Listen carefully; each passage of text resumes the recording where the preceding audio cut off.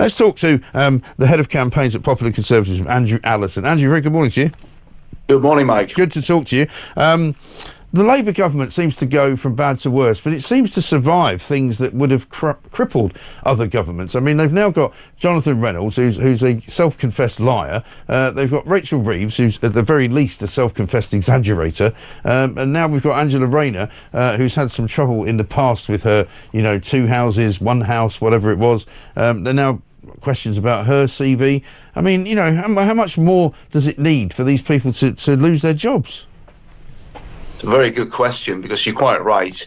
If there had been Conservative ministers in the past who had been lying or exaggerating, then I think the whole media would have been after them. The BBC would have been after them, The Guardian, all the rest of it. But these Labour ministers appear to be getting a free pass. I mean, you're right about Rachel Reeves. She's just a Walter Mitty type. I mean, I don't believe a word that comes out of her mouth. No. But Jonathan Reynolds stood up in the House of Commons not long after he was elected. You've been showing the clips this morning, Mike. Yeah. And he said he was a solicitor, and he wasn't a solicitor, so he has lied. Right. I mean, he's lied to Parliament. He's probably lied to his constituents.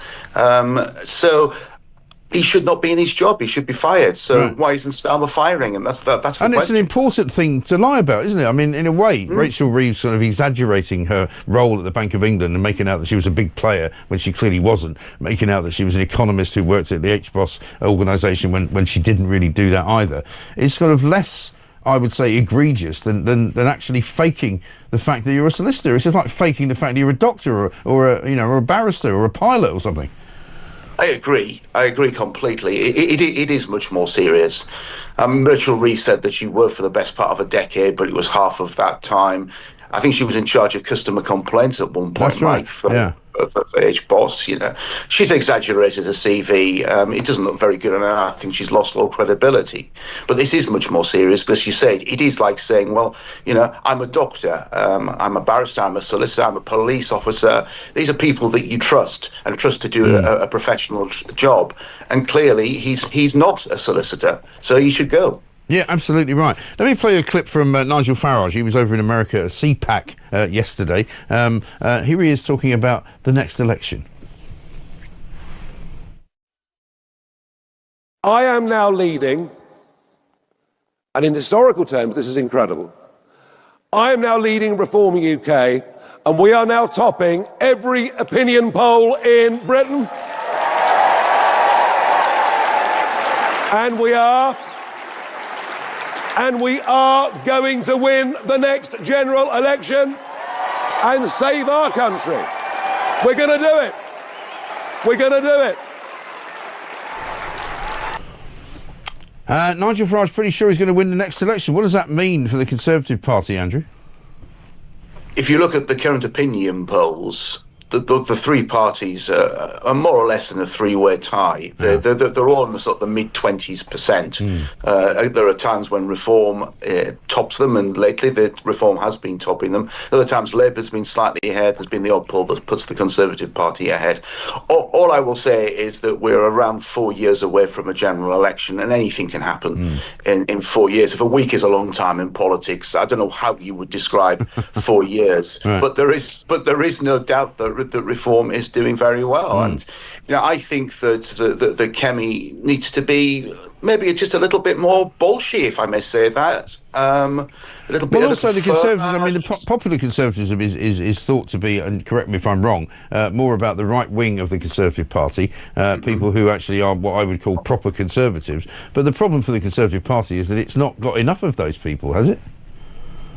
There's certainly enough people around as members of the country. As far as the Parliamentary Party is concerned, well, the Parliamentary Party, I think, has always been more to the left of the Voluntary Party. That's an open secret. All I'm saying is I think Kemi needs to put out more Conservative positions. We don't need detailed policies at the moment, but we certainly need many more proper Conservative positions, because I have no doubt that she is a proper Conservative.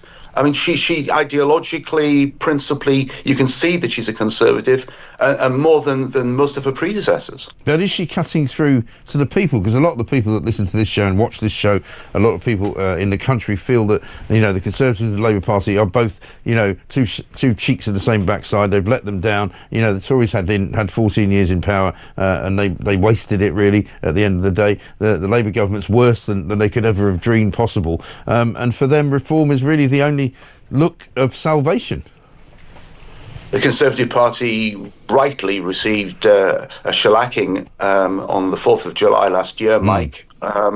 It was 14 years that, with very little to show for it. So we had some good education reforms that came out of Michael Gove, but very little to show for it in general. So the Conservative Party has to show that it is under new management, that it is different, that it's adopting proper Conservative positions. I mean, I'm an unashamed Thatcherite. That's where I come from inside the party, and yet some people regard people like me, and they would even regard Margaret Thatcher, if she was still around, as some form of right-wing extremist. Yeah. Well, I don't think those people are particularly conservative in their outlook. They need to look at themselves. But I just want Kemi just to go on the front foot a lot more. She's only been in since the beginning of November, wasn't it? It was just before Donald Trump was elected as US president. Yeah. So it is early days at the moment, and she does have quite a while to go.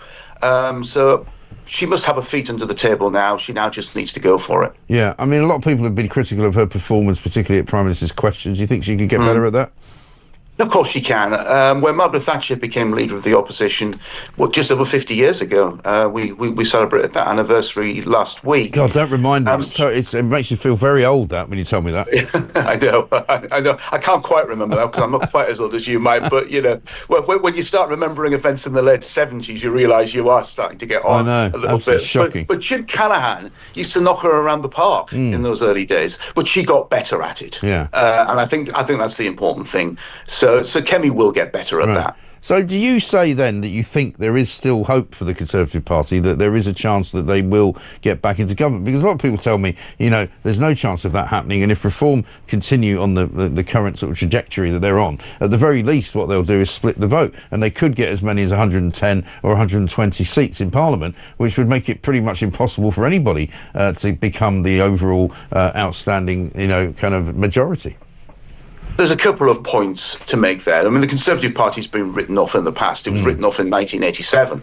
After those disastrous European Parliament elections under Theresa May in 29, it was getting written off. And it does have an ability to bounce back again. Regarding the splitting of the vote, I mean, that is a worry. And of course, Kemi says that she won't work with Nigel, and Nigel says that he won't work with Kemi. But if the two parties are still battling against each other, if the vote on the right is still getting split in 3 years' time, I think minds will be focused, because we all know what will happen if that vote remains split. Labour will get another 5 years, and neither Reform nor Conservative voters want that. No, exactly right. Good to talk to you, Andrew. Thanks very much indeed. Andrew Allison, Head of Campaigns at Popular Conservatism. Thanks for watching, and if you enjoyed that, please give it a like. And remember to subscribe to our YouTube channel. More details about us can be found on our website, popularconservatism.com, and you can also follow us on social media. Details about that can be found in the notes below.